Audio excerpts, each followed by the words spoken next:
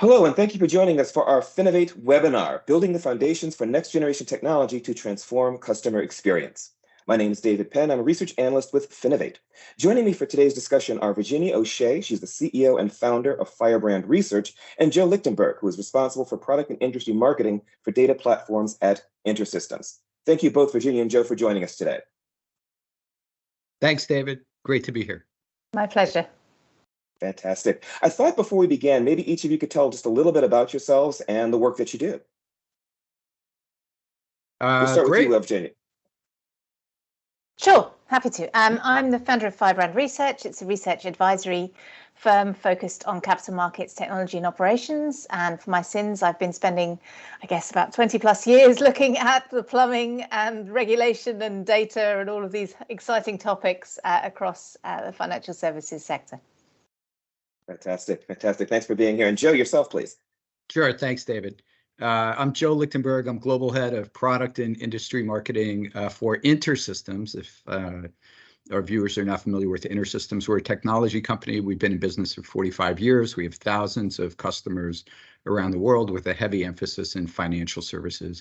And for us, our sweet spot is working with our customers around a whole range of different data and analytics initiatives that create business value. And it's especially around being able to leverage large volumes of disparate and disconnected data in really two different kinds of categories. One is around decision support, so helping employees and executives in the company make better business decisions in the moment. And the second category is around automating and streamlining critical processes and workflows throughout the business. Interesting. And we're going to be talking quite a bit about customers today, for sure. Virginia, I'm going to give you the first question. We've got a lot to cover, so let's jump right into it. Customers have always been an integral part of financial institutions. The customer experience and the financial institution experience, very, very key. We're seeing a lot of financial institutions embark upon digital transformation projects. And one of the things I'm curious from your perspective is how well these financial institutions are doing, making sure that customer experience is enhanced as part of this transformation process, as opposed to compromised or even worse, made complicated. Sure, I think it's not just a technology issue here, it's a cultural change. So moving from a very product-centric way of looking at the world to moving to a client-centric view of the world isn't necessarily as easy as it sounds. And I think a lot of the supporting technologies that firms are using has been helpful, but it hasn't necessarily transformed the operations as much as they could have done. It's very much a journey. I think that you use the word digitalization journey. It's certainly for both the entity and the product side. We've seen things like the pandemic accelerated things. We had to move from a face-to-face interaction sort of mode of working to very much a digital one, and now we're firmly in the world of the hybrid, I would say. And there's been a lot of focus on client experience when it comes to industries like retail outside of financial services over the last couple of decades, and financial services was a little late to the table, I would say, in terms of looking at the client as the center of the universe. So it sort of started in the retail banking side, it's moved into the retail brokerage side where the most progress has been made. We're seeing progress somewhat slower on the institutional side, and the channels are remaining pretty inconsistent with regards to client contact. There's a lot of proprietary portals in certain areas, and there's reliance on channels such as email, unfortunately. So we've moved leaps and bounds in certain bits and pieces, but not everywhere. And what's been changing, I guess, the dynamic has been increased competition and new entrants that have driven transformation. So generally, when it comes to big things like this, it's usually driven by external factors. Such as the pandemic, such as new entrants. I think overall front ends are a bit sleeker than they once were. The thing is, when we get to the back end of everything and bringing all this data together, there's still a big silo problem, because if you've added more digital channels, that's more channels and more data related to clients that you're having to sift through for insights and to be able to understand patterns of behavior and understand your client in a better way. And we've also deployed new CRM systems that must be patched together for, and there's compliance requirements that have been introduced. So I think from the overall view of the client is generally very siloed still, and cultural silos, as I say, are just as bad as the physical silos to address. So it's relatively challenging still, but we've made some progress, right? Absolutely, absolutely. A number of interesting points you brought up there about the hybrid nature of things, the aspect of culture being as, if not maybe even more important in some respects than technology. Joe, I'd like to ask you, following up on what Virginia was talking about, clearly an appetite for better customer services brought on by a number of things, as she mentioned, outside factors, new entrants, competition, that sort of thing. I'm wondering if maybe you could outline what the prize is, what the benefits are for those financial institutions that do make this pivot and do pursue this mission of really making customer service something special. Sure. And obviously we do a lot of this with our customers as well. So I mean, obviously there's a lot of benefits to improving customer service and improving customer relationships. And I agree that we're seeing it as well. It's definitely top of mind with financial services firms right now with our customers. And in fact, I just read in the latest Gartner survey of financial services firms, they asked the firms where they're focusing their digital initiatives now. And the number one area of focus that they reported to Gartner is around improving customer engagement.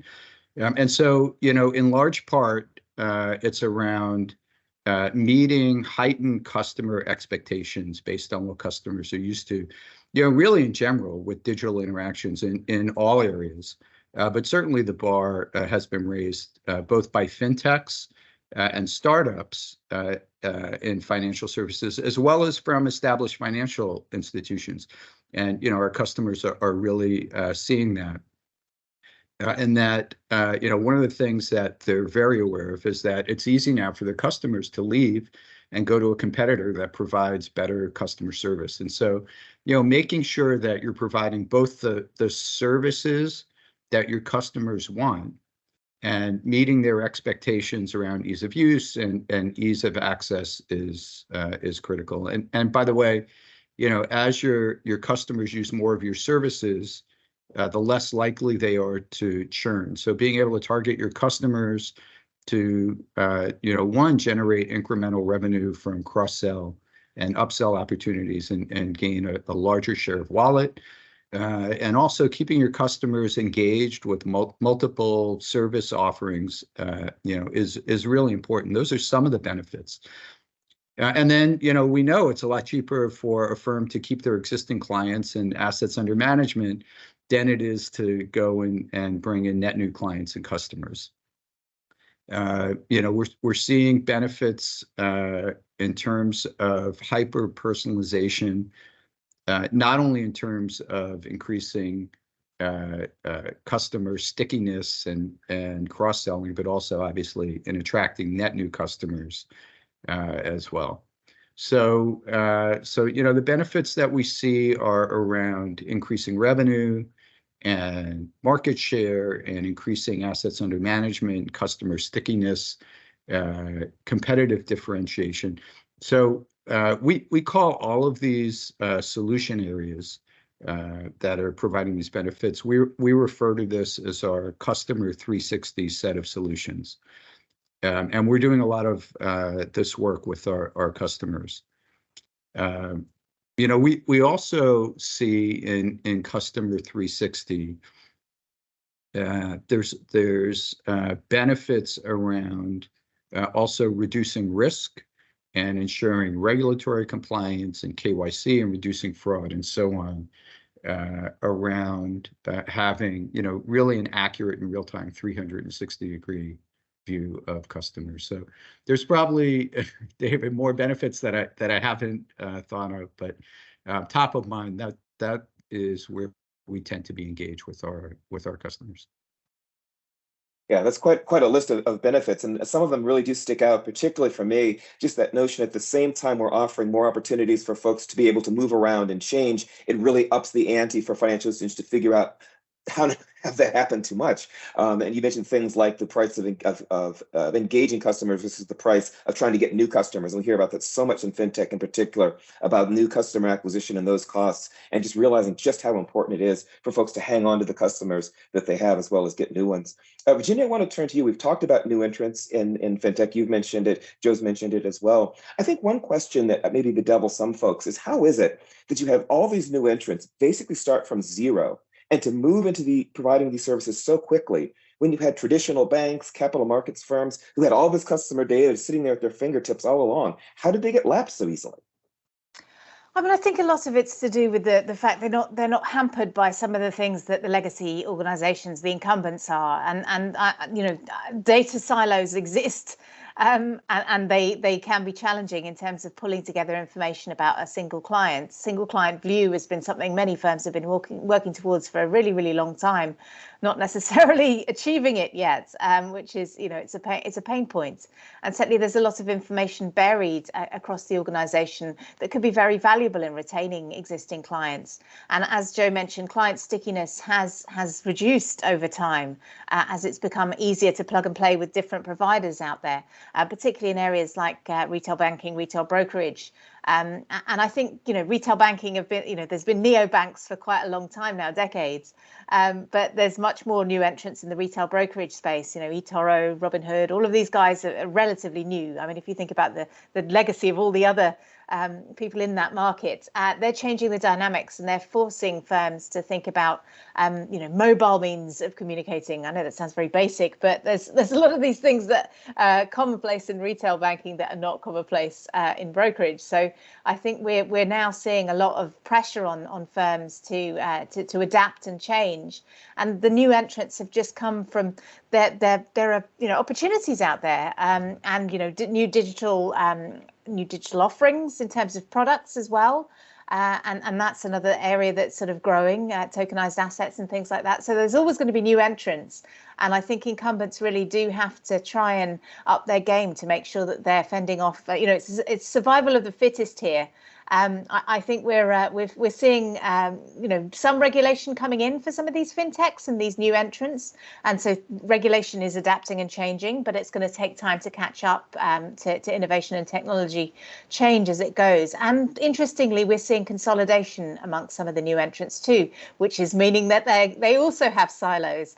So as they grow and as they change and as they, you know, merge together, they're going to have the same problems that's been hampering the incumbents for some time. So the new generation will be facing the same problems that the old generation or the incumbent generation have been facing for ages. So regardless of the players, or, you know, whether they're new or incumbents, they all need to focus on data to be able to retain their competitive edge. And that gives them the information at their fingertips to be able to, you know, develop the new products that they need to develop, to pitch them at the right organizations, make sure that they aren't, you know, falling foul of the regulator in terms of things like consumer duty in the UK, or, you know, all of these regulations that the SEC is putting in place for, you know, retail brokers as well. So I think there's a lot of things that you have to think about. You know, there's so many more changing factors here, and I think competition is high, but they're also changing too. Virginia, I just want to say that's really interesting what you're saying with the fintechs now as they're maturing. That's exactly the innovator's dilemma that Clayton Christensen wrote about. That's exactly what's going on, right? So they're starting to see now some of those same sort of challenges around data silos and growth that the established financial services firms are seeing. Absolutely. So I was thinking the similar sort of thing, that we're an extremely interesting juncture right now, where you're getting some of those traditionals are getting a sort of a second bite at the apple to sort of come back at them, while some of the new entrants are all of a sudden finding themselves facing yet newer entrants as well. Joe, you mentioned a minute ago when we were talking about some of the specific benefits that can come from this, and you mentioned a number of very specific things. I wonder if maybe you could also talk about some of the specific next generation technologies that financial institutions can embrace that can give them greater agility, greater capacity to innovate, to improve that customer experience. Yeah, sure, and obviously we're very close to that. So there are a lot. I would summarize that in three areas. So one is around data and access to data and and having access to a lot of data and disparate data. And so we call that a connective tissue, right? So you need to be able to work with a lot of current data and historical data from different sources and get that into a consistent and usable format, right, in order to get good and accurate and current insights on your customers and your clients and your prospects. And David and Virginia, as you both accurately noted, right, this is one area where the established financial institutions actually have an advantage over many of the fintechs because they already have reams of historical data on their customers, that span, in many cases, years and sometimes decades. So that's one.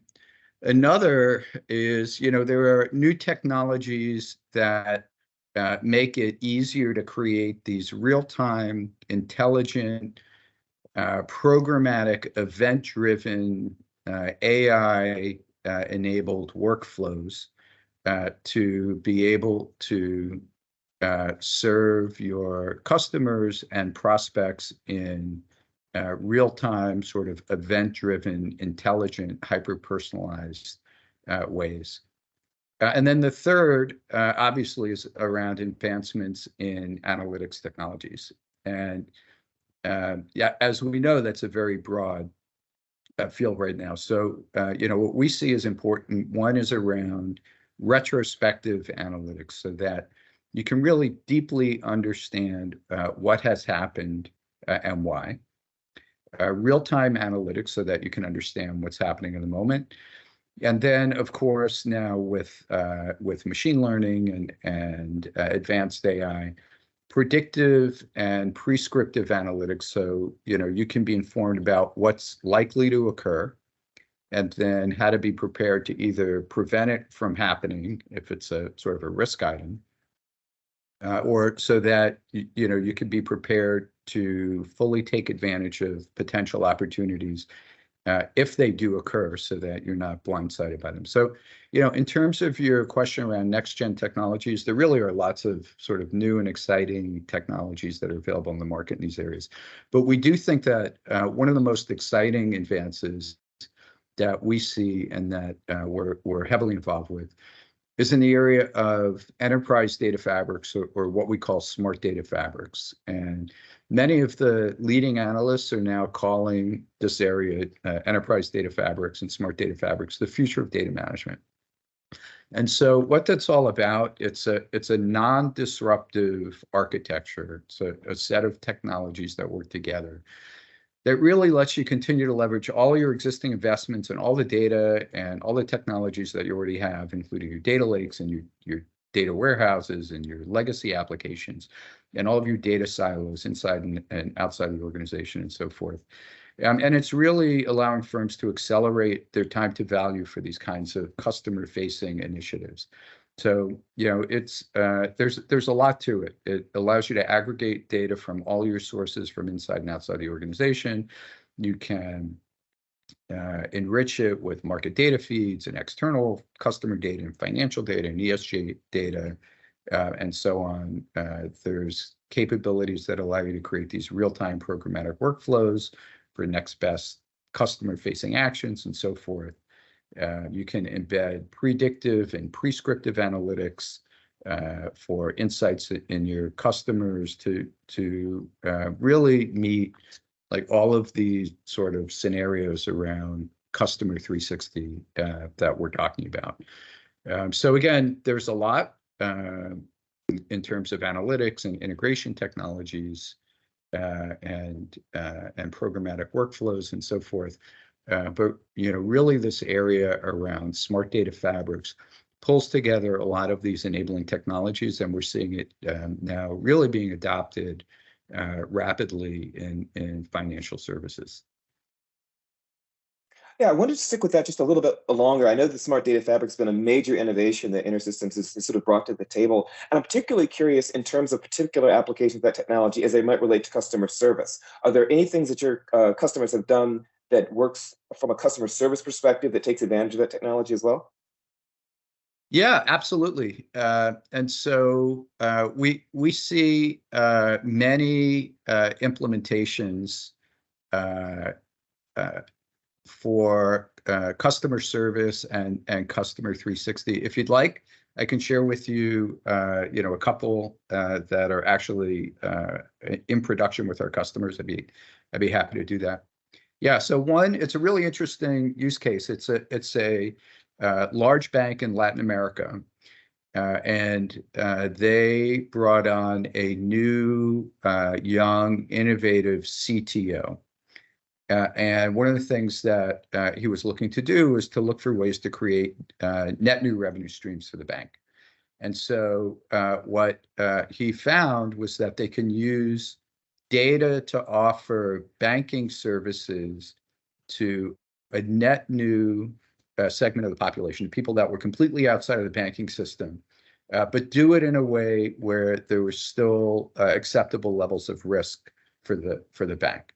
Right. So they're using these technologies. So what they're able to do is they collect lots of data on these citizens that don't have any prior banking relationships. So there was no historical banking data on these people, but there was a lot of other data outside the banking system, including financial data from third-party sources and demographic information and open source data and so on.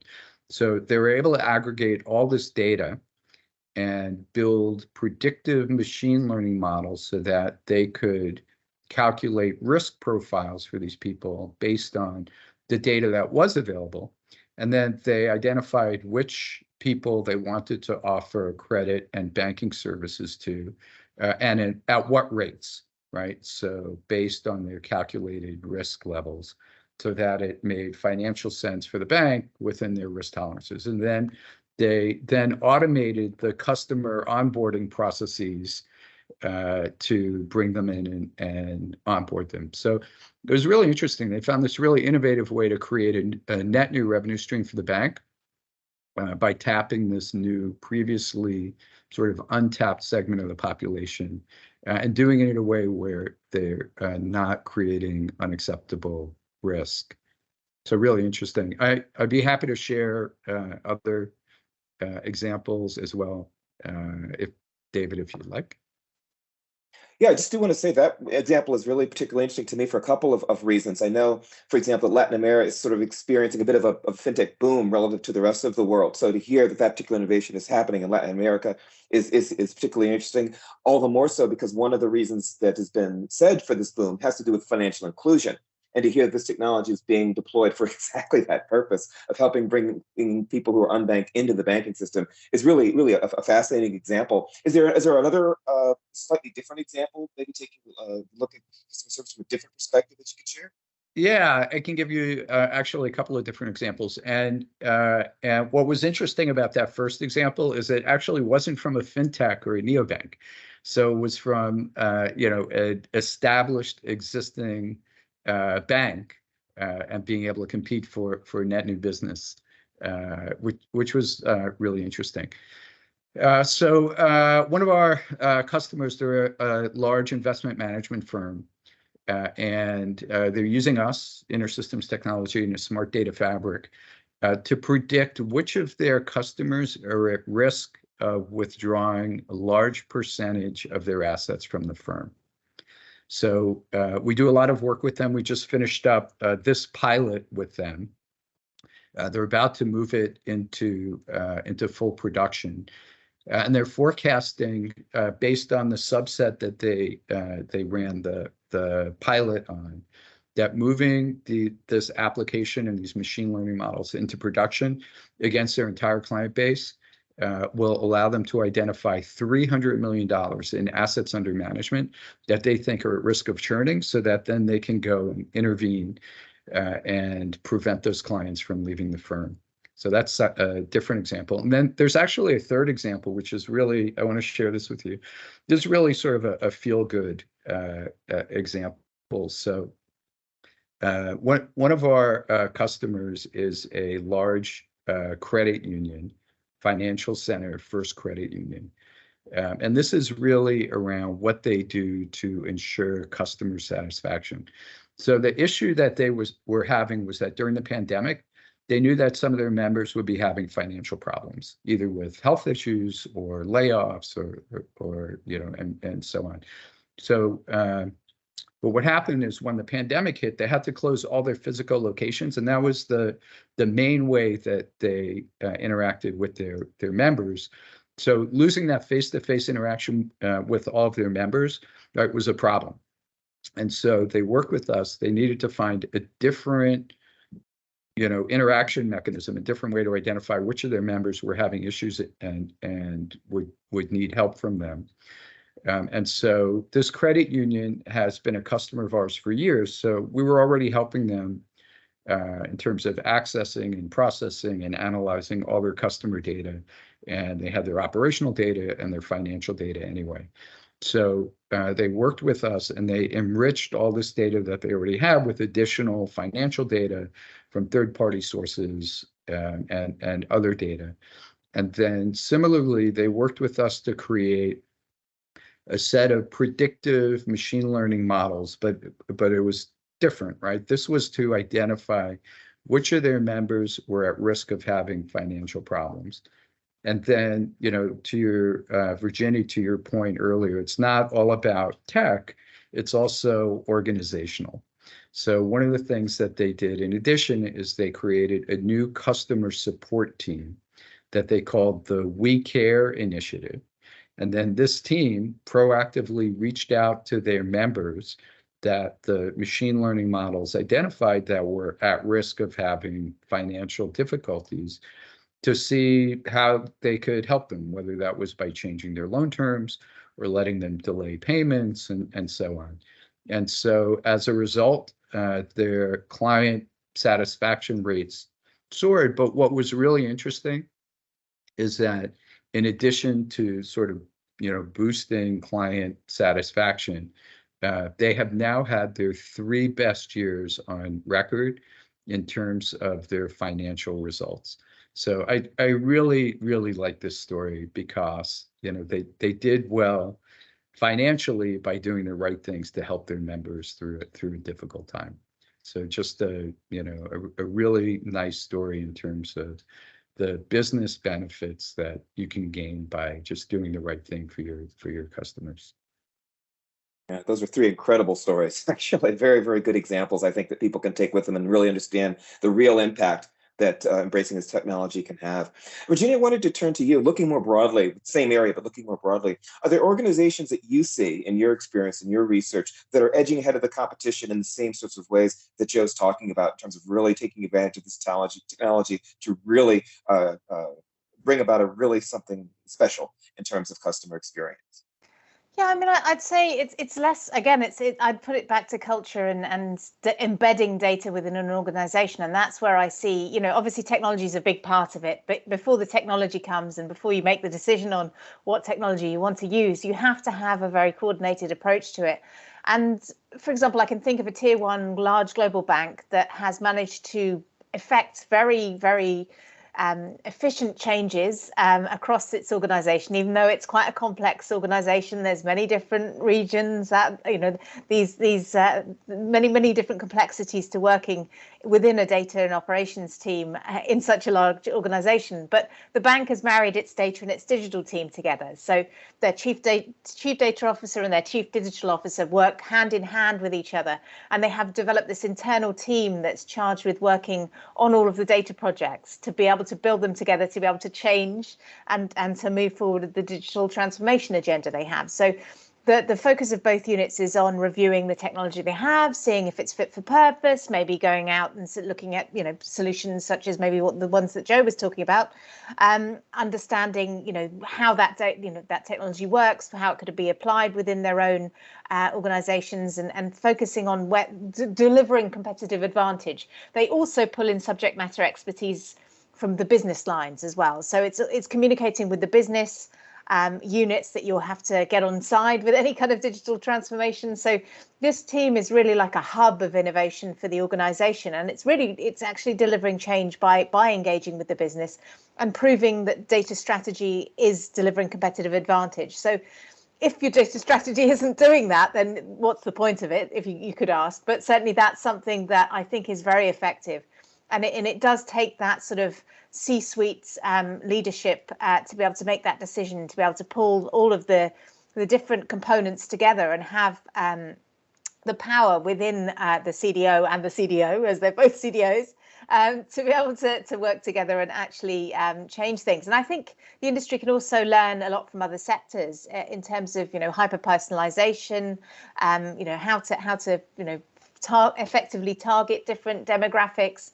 I think as we digitalize things like, digital assets, tokenizing real estate, for example, these products are changing investor expectations. And I think we can learn a lot from how, for example, the book industry has changed from, digital, from fully physical things down to digital things. We can learn many lessons from how Amazon worked, for example, in that respect. And I think investors at the end of it, or retail consumers, people that want to bank with a certain bank, they want that process to be seamless. They don't want to be waiting days for reports. They don't want to be having any kind of friction. They want to be focusing on accelerating the chain of communication. They don't really care what the technology is under the hood. Let's face it, that's the problem of the organization, and that's where I think we need to focus on the end client, is making that journey, that life cycle, as painless as possible. And I think we're on our way, but it's going to take a while.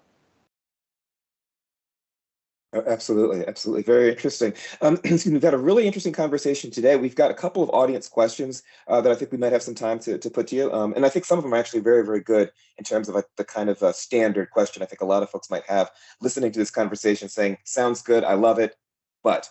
And here's one of those but questions. We want to improve our services, but budget remains an issue.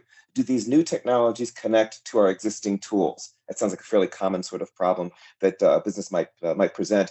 Joe or Virginia, whichever of you would like to take it first. Sure. Yeah, I'd be happy to answer that. Yeah, and all of our prospects and customers ask us exactly that question. And so that absolutely, and we talked about a smart data fabric. That in particular is non-disruptive.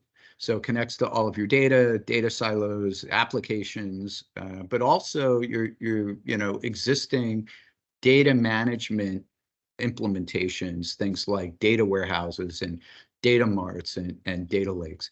So absolutely, they're non-disruptive, and you want it to be non-disruptive because you don't want to do any rip and replace. You want it to leverage, all of your existing data silos and technology investments that you already have in place. Let's see. Another question that we have, again, I'm going to read this one verbatim because this one also does sound like a very typical type of question that you would get. And this has to do with implementation and the service. Once implemented, what level of self-service could we achieve within the organization for our data users to ensure we can make quick decisions? I could see that very much being an issue that people would be concerned with. Once we get up and running, how much of this can we handle on our own and be nice and agile and so forth? And again, Joe or Virginia, whichever, would you like to tackle that one?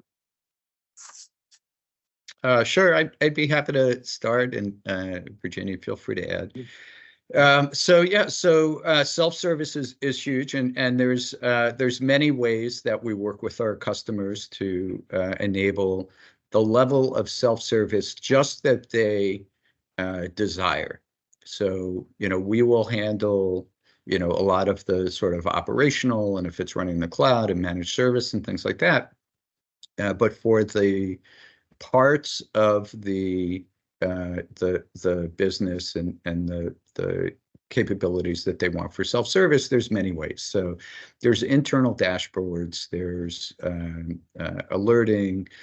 It can integrate with your current applications and processes that are exposing self-service workflows and so forth to your people inside the business as well as your customers. And then, there's a level of customization that some of our customers want.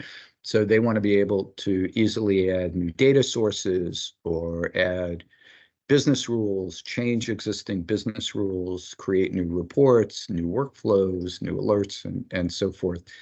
And so, we can expose just those things that each customer for each particular application requires in terms of self-service, and then we handle the rest. Technology really has to be able to deal with that spectrum, though, right? From the business user that wants to some, very specific request on that needs a dashboard for a particular thing, up to a power user that really wants to tinker with data and do a lot of things in the back end. So you have to really understand that user community is quite broad. That's a very good point. And speaking of the breadth, I think might be a good place for us to turn to this final question, which I think opens up the conversation a bit more. It touches on both of the things that you've said just now, as well as the point, Virginia, you made very early on about the role of hybrid in terms of human and digital technologies. And the question is exactly that. Should there be a balance between digital and human when it comes to customer service? I would ask that, what does it mean to have that balance? And as I think you might have been alluding a moment ago, that balance might be different in one institution or one organization or one culture than another. I wonder if maybe you could elaborate, both of you elaborate on that a little bit. Sure. I can take that one first. I mean, in terms of, I think we've been talking about this a lot in the industry over the last year or so, given the development of AI and the rapid focus on digital interactions and computers and what role should they play in our lives. But I think the balance is really what the end consumer is comfortable with.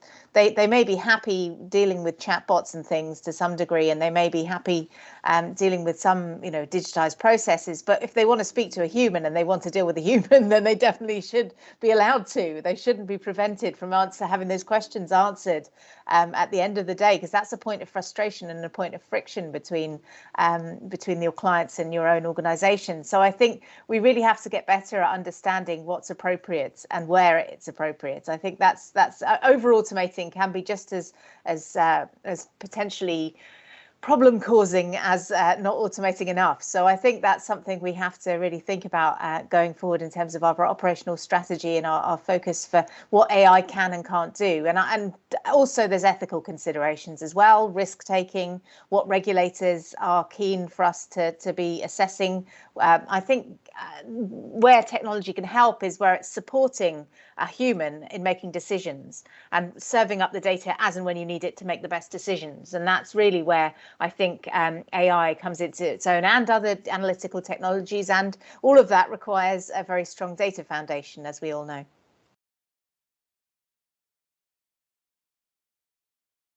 Yeah, I agree with all of that, and we see that as well, right? So, some use cases demand real-time programmatic workflows, right? Like some implementations of customer onboarding, or certainly fraud detection, where there's no time for having a human in the loop. But there's many use cases that require having your people in the loop, right? And so what we do a lot is we try to have the software provide actionable guidance to the right people, very often based on advanced analytics, prescriptive analytics, right? But we're providing that insight into into different actions with the trade-offs associated with each to the right people in the organization. But ultimately, it's up to the employee, whether that's a salesperson or a customer support rep, to have that interaction with the customer, the prospect. And for us, that's totally up to our customer to decide, right? Technology can support both scenarios, and that's really sort of a strategic issue. And the technology can support the right thing that the business decides. But I agree with Virginia. It's hybrid, and we see scenarios that require either or both. Excellent. I'm afraid we're running about out of time, but I thought maybe before we did, we could have maybe each of you wanted to share maybe a top takeaway or two from the presentation today, and then maybe we'll, as we go away, maybe wait that people can find out more information, get in touch with you, learn more about the research that you're doing, Virginia, the work that you're doing with InterSystems as well. But I thought before we did that, maybe if there was just a final takeaway, parting message, so to speak, that you might want to give to our audience as a takeaway for today's conversation. Sure. So first of all, I thought this was great. So Virginia and David, as always, thank you. I thought this was a really insightful discussion. So, going back to the sort of the top question that you were talking about, what we see in the market and from our customers is that customer engagement and what we call customer 360 really is top of mind right now.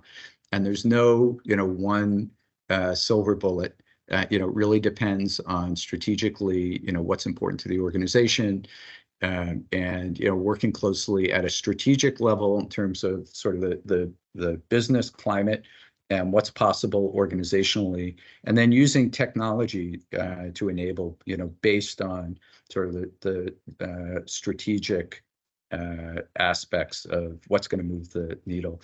And then the other thing is we see a lot of experiments. So, there's a lot of sort of experiment going on and experimentation going on, and moving fast and trying different things and monitoring the outcomes and being ready to sort of experiment and pivot. So, in large part, that's what we're seeing in the market right now. Sure.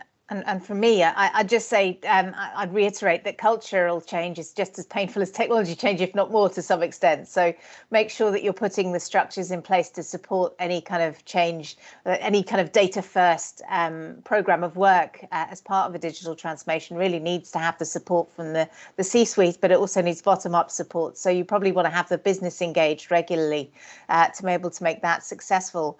And as we all know, when it comes to next generation technology, I think we put a lot of stock in technology and we forget some of the time that it needs a lot of support.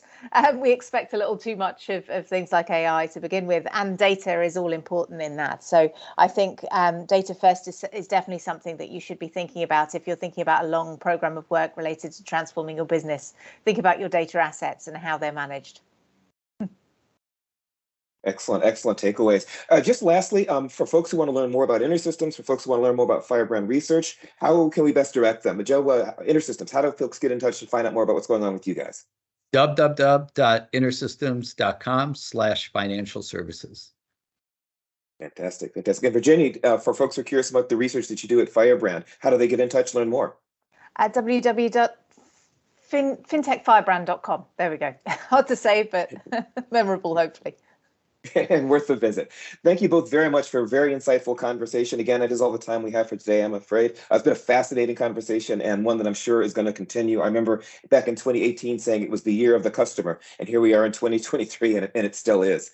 So thank you both very much for your insights. Looking forward to talking with you again. Thank all of you for joining us as well. Have a wonderful day and a fantastic week.